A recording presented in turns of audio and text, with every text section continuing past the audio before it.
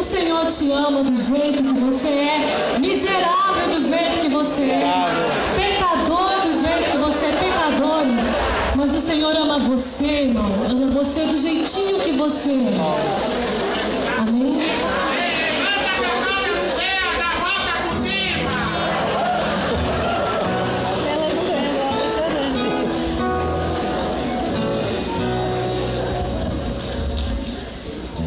Deus habita em todo lugar, habita no silêncio,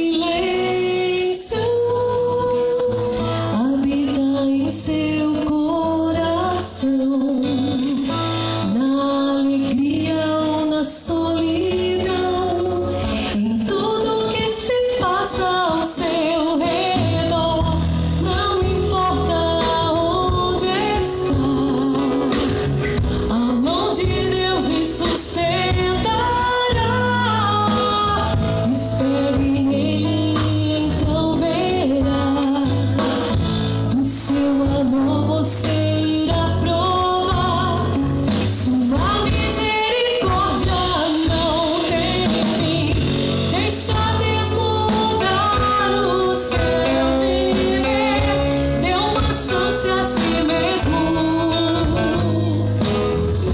Deixa Deus curar seu coração e se abra ao perdão, pois só nele se encontra a salvação.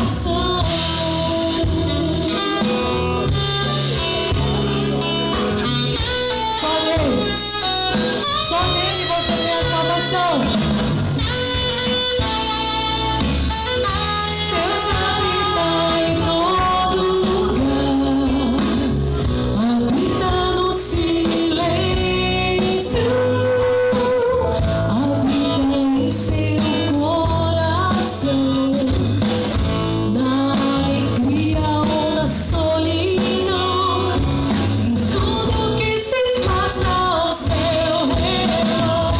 Deixa Deus mudar o seu viver.